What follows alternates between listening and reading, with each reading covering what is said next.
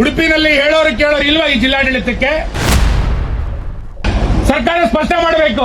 ಇದು ಉಡುಪಿ ಜಿಲ್ಲಾಡಳಿತದ ಕಂಬಳ, ಇಡೀ ಜಿಲ್ಲಾಡಳಿತದ ನೇತೃತ್ವದಲ್ಲೇ ಸರ್ಕಾರಿ ವೆಚ್ಚದಲ್ಲಿ ಕಂಬಳ ಮಾಡ್ತೀವಿ ಅಂತ ಹೇಳಿ. ನಿಮಗೆ ಸಿದ್ದರಾಮಯ್ಯನವರ ಭಾಷೆನಲ್ಲಿ ಹೇಳ್ಬೇಕು ಅಂತಾದ್ರೆ ಮಾನ ಮರ್ಯಾದೆ ಇದ್ರೆ ಎಷ್ಟು ಅನುದಾನ ಕೊಡ್ತೀವಿ ಅಂತ ಹೇಳಿ ಮತ್ತು ಕುದುರೆ ಪೂಜೆ ಮಾಡಬೇಕು. ಯಾವ ಕಂಬಳಕ್ಕೆ ಅನುದಾನ ಕೊಟ್ಟಿದೆ ಅಂತ ಮೊದಲು ಹೇಳಿ ನಂತರ ಕುದುರೆ ಪೂಜೆಗೆ ಬನ್ನಿ. ಎಷ್ಟು ಅನುದಾನ ಕೊಟ್ಟಿದ್ದೀರಿ ಕಂಬಳಕ್ಕೆ? ನೀವು 3 ವರ್ಷದಲ್ಲಿ ಕಂಬಳಕ್ಕೆ ತಿರುಗಿ ನೋಡ್ಲಿಲ್ಲ. ಈಗ ಗುರುಮೇಶ್ ಸುರೇಶ್ ಶೆಟ್ಟರ್ ಕಂಬಳ ಮಾಡ್ತೀವಿ ಅಂತ ಹೊರಟಾಗ ನಾನು ಅದಕ್ಕೆ ಮತ್ತೊಂದು ಕುದುರೆ ಪೂಜೆಯನ್ನು ಮಾಡ್ತೀನಿ ಅಂತ ಅನ್ನುವಂಥದ್ದು ಯಾವ ರಾಜಕಾರಣ ಇದು? ನಾನು ಮಾನ್ಯ ಜಿಲ್ಲಾ ಉಸ್ತುವಾರಿ ಸಚಿವರಿಗೆ, ಜಿಲ್ಲಾಡಳಿತಕ್ಕೆ ಕೇಳ್ತಾನೆ, ಶಾಸಕರು ಬಹಳ ಮುಂಚಿತವಾಗಿ ದಿನ ನಿಗದಿ ಮಾಡಿ, ಏಕಾಏಕಿ ದಿನ ನಿಗದಿ ಮಾಡಿದ್ದಲ್ಲ, ನಿಮ್ಮ ಹತ್ರ ಹೇಳಿ, ನಿಮ್ಮ ಹತ್ರ ಕೇಳಿ, ಪೂರ್ವಭಾವಿ ಸಭೆಗಳನ್ನು ಎಲ್ಲ ಕಡೆಗಳಲ್ಲಿ ಮಾಡಿ ದಿನಾಂಕ ಫಿಕ್ಸ್ ಮಾಡಿದ ನಂತರ ನೀ ಖುಷಿ ಬಂದಂಗೆ ಮತ್ತೊಂದು ದಿನಾಂಕವನ್ನು ಮಾಡ್ತೀರಿ ಅಂತಂದ್ರೆ ಉಡುಪಿನಲ್ಲಿ ಹೇಳೋರು ಕೇಳೋರು ಇಲ್ವಾ ಈ ಜಿಲ್ಲಾಡಳಿತಕ್ಕೆ? ಯಾರು ಹೇಳೋರು ಇಲ್ಲ ಕೇಳೋರು ಇಲ್ಲ ಅಂತ ಅನ್ಕೊಂಡಿದ್ದಾರೆ ಜಿಲ್ಲಾಡಳಿತ. ಇವತ್ತು 108 ಸಮಸ್ಯೆಗಳು ಇಡೀ ಜಿಲ್ಲೆನಲ್ಲಿ ಕಾಡ್ತಾ ಇದೆ. ನಾನು ಆ ಸಮಸ್ಯೆಗಳ ಬಗ್ಗೆ ರಾಜಕಾರಣ ಮಾಡೋದಿಲ್ಲ. ಯಾರು ಕಂಬಳಕ್ಕೆ ಮಾಡಬೇಕು ಅಂತೇಳಿ ಆಸಕ್ತಿಯನ್ನ ಜಿಲ್ಲಾ ಉಸ್ತುವಾರಿ ಸಚಿವರು ಬರಬೇಕು ಅಂತೇಳಿ ಒತ್ತಾಯ ಮಾಡ್ತಾ ಇದ್ದೀರೋ, ಆ ಆಸಕ್ತಿ ಉಳಿದ ಜಿಲ್ಲೆಯ ಸಮಸ್ಯೆಗಳ ಬಗ್ಗೆಯೂ ಕೂಡ ನಮಗಿರಬೇಕಾಗಿತ್ತು. ಇವತ್ತು ಈ ಕಂಬಳಕ್ಕೆ ಕುದುರೆ ಪೂಜೆ ಮಾಡ್ತೀವಿ ನಾವು. ಹಾಗಾದ್ರೆ 2 ಕೋಟಿ ರೂಪಾಯಿ ಇನ್ವೆಸ್ಟ್ಮೆಂಟ್ ಅನ್ನು ಸರ್ಕಾರ ಮಾಡುತ್ತಾ? ಜಿಲ್ಲಾಡಳಿತದ ಕಂಬಳ ಅಂತ ಇದನ್ನು ನೀವು ಘೋಷಣೆ ಮಾಡಿದ್ರೆ ಇಡೀ ಕಂಬಳಕ್ಕೆ ಅನುದಾನವನ್ನ ಸರ್ಕಾರ ಕೊಡಬೇಕು. ಯಾವ ದಾನಿಗಳು ಕೊಡ್ಲಿಕ್ಕೆ ಸಾಧ್ಯ ಇಲ್ಲ. ಸರ್ಕಾರ ಸ್ಪಷ್ಟ ಮಾಡಬೇಕು. ಇದು ಉಡುಪಿ ಜಿಲ್ಲಾಡಳಿತದ ಕಂಬಳ, ಇಡೀ ಜಿಲ್ಲಾಡಳಿತದ ನೇತೃತ್ವದಲ್ಲೇ ಸರ್ಕಾರಿ ವೆಚ್ಚದಲ್ಲಿ ಕಂಬಳ ಮಾಡ್ತೀವಿ ಅಂತ ಹೇಳಿ. ದೇವಿ ಪ್ರಸಾದ್ ಶೆಟ್ಟರು ಮತ್ತು ವಿಜಯಣ್ಣ ಇಲ್ಲೇ ಕೂತಿದ್ದಾರೆ, ಕಂಬಳದಲ್ಲಿ ಕಮಿಟಿಯಲ್ಲಿ ಭಾರ ಇರೋರು. ಮಾನ್ಯ ನಂದಳಿಕೆ ಶ್ರೀಕಾಂತ್ ಭಟ್ರು ಇದ್ದಾರೆ.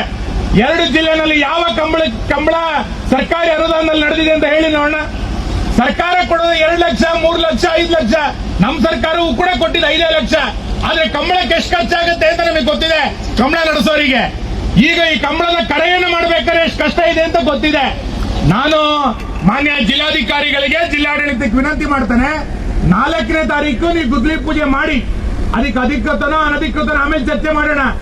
ಆ ಗುದ್ಲಿ ಪೂಜೆ ಮಾಡೋದಕ್ಕಿಂತ ಮುಂಚೆ ನಿಮಗೆ ಸಿದ್ದರಾಮಯ್ಯನವರ ಭಾಷೆನಲ್ಲಿ ಹೇಳ್ಬೇಕು ಅಂತಾದ್ರೆ ಮಾನ ಮರ್ಯಾದೆ ಇದ್ರೆ ಎಷ್ಟು ಅನುದಾನ ಕೊಡ್ತೀವಿ ಅಂತ ಹೇಳಿ ಮತ್ತು ಗುದ್ಲಿ ಪೂಜೆ ಮಾಡಬೇಕು.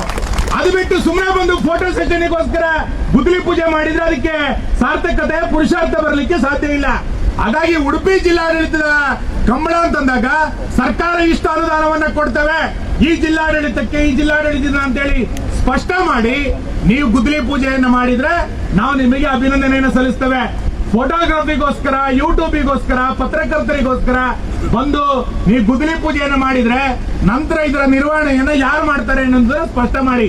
ಹಾಗಾಗಿ ಇಲ್ಲಿಯ ತರಂಕದ ಪರಂಪರೆಗಳೇನು ಅಂತ ಕೇಳಿದ್ರೆ, ಸರ್ಕಾರಿ ಜಾಗದಲ್ಲಿ ಯಾವುದೇ ಕಂಬಳ ಆದ್ರೆ ದಾನಿಗಳು ಸಹಕಾರ ಮಾಡಿದರೆ, ಸ್ಥಳೀಯ ಆಡಳಿತಗಳು ಸಂಸ್ಥೆ ಸಹಕಾರ ಮಾಡಿದರೆ, MLA ಅಲ್ಲಿರುವಂತಹ ಶಾಸಕರು, ಕಂಬಳ ಸಮಿತಿ ವಿಶೇಷವಾದಂತಹ ಪ್ರಯತ್ನಗಳನ್ನ ಮಾಡಿ ಆ ಕಂಬಳವನ್ನ ನಡೆಸ್ಕೊಳ್ತಾ ಬರ್ತಾ ಇದೆ. ಹಾಗಾಗಿ ನಾನು ಸುರೇಶ್ ಶೆಟ್ಟರಿಗೆ ವಿನಂತಿ ಮಾಡೋದು, ಜಿಲ್ಲಾಡಳಿತ ಎಷ್ಟು ಕೊಡುತ್ತೆ ಅನ್ನೋದನ್ನ ಕನ್ಫರ್ಮ್ ಮಾಡಿ ನಂತರ ನೀವು ಇದನ್ನ ಮಾಡಿ. ಈಗ ಜಿಲ್ಲೆನಲ್ಲಿ ಏನಾಗಿದೆ ಅಂತಂದ್ರೆ ಎಲ್ಲದನ್ನು ಯಾರ್ಯಾರೋ ಮಾಡೋದು, ಯಾರೋ ಹುಟ್ಟಿದ್ದು ಮಗುವಿಗೆ ಯಾರೋ ಅಪ್ಪ ಆಗ್ಲಿಕ್ಕೆ ತುಂಬಾ ಜನ ಬರ್ಲಿಕ್ಕೆ ಪ್ರಾರಂಭ ಮಾಡಿದ್ದಾರೆ. ಇದು ನಡೆಯೋದಿಲ್ಲ, ಅದು ಒಳ್ಳೇದಲ್ಲ, ಅದು ನಮ್ಮ ಸಂಸ್ಕೃತಿಗೆ ಒಳ್ಳೇದಲ್ಲ. ಹಾಗಾಗಿ ಮಾನ್ಯ ಸುರೇಶ್ ಶೆಟ್ಟರು ಕೂಡ ಮುಂದಿನ ದಿನಗಳಲ್ಲಿ ಇದನ್ನ ಖಚಿತ ಮಾಡಿಕೊಳ್ಳಿ. ಸರ್ಕಾರದಿಂದ ಎಷ್ಟು ಅನುದಾನ ಇದಕ್ಕೆ ಕೊಡ್ತಾರೆ, ನಂತರ ಇದನ್ನ ಹೇಗೆ ಮುಂದುವರಿಬೇಕು ಅನ್ನೋದನ್ನ ಮಾಡಿ. ನಂತರ ನೀವು ಯಾರೋ ದಾನಿಗಳಿಂದ ಹಣ ಸಂಗ್ರಹ ಮಾಡಿ ಎಲ್ಲದನ್ನು ಮಾಡಿ ನಂತರ ಕೊನೆಗೆ ಯಾರೋ ಸರ್ಕಾರದ ಪ್ರತಿನಿಧಿ ಬಂದು ಇದು ನಮ್ದೇ ಕಂಬಳ ಅಂತೇಳಿ ಲೇಬಲ್ ಹಾಕೊಳ್ಳುವಂತ ಪದ್ಧತಿಗಳು ಇಡೀ ಜಿಲ್ಲೆಲ್ಲ ತುಂಬಾ ಬಂದ್ಬಿಟ್ಟಿದೆ. ಈಗ ಆ ಲೇಬಲ್ ಹಾಕ್ಲಿಕ್ಕೆ ತುಂಬಾ ಜನ ಇದಾರೆ, ಈಗ ಅಂತವರೇ ಉಟ್ಕೊಂಡಿರೋದು ಈಗ ತುಂಬಾ ಜನಗಳಲ್ಲಿ. ಹಾಗಾಗಿ ಗುರುಮೇಶ್ ಸುರೇಶ್ ಶೆಟ್ಟರ್ ಆದ್ರೆ 1ನೇ ಬಾರಿ ಶಾಸಕರು, ಅನುಭವ ಇಲ್ಲ ಅಂತ ಹೇಳ್ಬೋದು. ಇದಕ್ಕೆ ಅಡ್ಡಿ ಮಾಡ್ತಾ ಇರೋರು ಬಹಳ ದೊಡ್ಡ ಜವಾಬ್ದಾರಿಗಳನ್ನು ತೆಗೆದುಕೊಂಡಿದ್ರು. ಅವ್ರಿಗೆ ಯಾಕೆ ಈ ಪರಿಸ್ಥಿತಿ ಬಂತು ಅಂತ ನಂಗೆ ಗೊತ್ತಿಲ್ಲ. ಎಲ್ಲ ಅನುಭವಗಳಿತ್ತು, ಈ ರೀತಿ ಅನಾಚಾರ ಮಾಡ್ಲಿಕ್ಕೆ ಹೊರಟಿರುವಂತದ್ದು ಸರಿಯಲ್ಲ.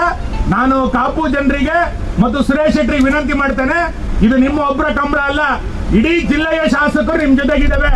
ಈ ಕಂಬಳ ನಡಿಬೇಕು, ಸಾರ್ವಜನಿಕರ ಸಹಕಾರದಿಂದ ನಡಿಬೇಕು. ಸರ್ಕಾರ ವಿನಾಕಾರಣ ಪ್ರೋಟೋಕಾಲು ಇನ್ನೇನೇನೋ ಹೇಳಿದ್ರೆ ಅಡ್ಡಿಪಡಿಸುವಂತ ಪ್ರಯತ್ನವನ್ನ ಮಾಡಬಾರದು ಅನ್ನುವಂತ ವಿನಂತಿಯನ್ನು ಮಾಡಿ ಅಧಿಕೃತವಾದಂತಹ ಜಿಲ್ಲಾ ಕಂಬಳ ಸಮಿತಿ ಇದಕ್ಕೆ ಅನುಮತಿಯನ್ನು ಕೊಟ್ಟಿರುವಂತದ್ದು ಕೂಡ ಸ್ವಾಗತಾರ್ಹ. ಇದನ್ನು ಮುಂದುವರಿಸುವಂತ ಪ್ರಯತ್ನವನ್ನ ನಾವೆಲ್ಲರೂ ಕೂಡ ಮಾಡೋಣ. ಹಿಂದೆ ಕಂಬಳಕ್ಕೆ ಯಾವುದೋ ಪ್ರಾಣಿ ದಯಾ ಸಂಘದವರು ತೊಂದರೆ ಮಾಡಿದ್ದಾರೆ ಅಂತಂದಾಗ ಇಡೀ 2 ಜಿಲ್ಲೆಯ ಜನ ಗಟ್ಟಿಯಾಗಿ ನಿಂತು ನ್ಯಾಯಾಲಯದಲ್ಲಿ ಸಾರ್ವಜನಿಕರ ಮುಂದೆ ನಾವೇ ಹೋರಾಟವನ್ನು ಮಾಡಿದ್ದು. ವಿಧಾನಸಭೆಯಲ್ಲಿ ನಾನೇ ಆ ವಿಷಯವನ್ನು ಅವತ್ತು ಪ್ರಸ್ತಾಪ ಮಾಡಿದ್ದು. ಹಾಗಾಗಿ ಮುಂದಿನ ದಿನಗಳಲ್ಲಿ ಕಂಬಳದಲ್ಲಿ ಈ ರೀತಿಯಾದಂತಹ ಸಣ್ಣ ಪುಟ್ಟ ರಾಜಕಾರಣವನ್ನ ಮಾಡದೆ ಎಲ್ಲರೂ ಸಹಕಾರವನ್ನು ಕೊಡಬೇಕು ಅನ್ನುವಂಥ ವಿನಂತಿಯನ್ನು ಮಾಡಿ ಮಾನ್ಯ ಸುರೇಶ್ ಶೆಟ್ಟರ್ ಜೊತೆಗೆ ನಾವೆಲ್ಲರೂ ಕೂಡ ಇದೀವಿ ಎನ್ನುವಂತ ಮಾತನ್ನು ಈ ಸಂದರ್ಭದಲ್ಲಿ ಹೇಳಿ ನನ್ನ ಮಾತನ್ನು ಮುಗಿಸ್ತೇನೆ.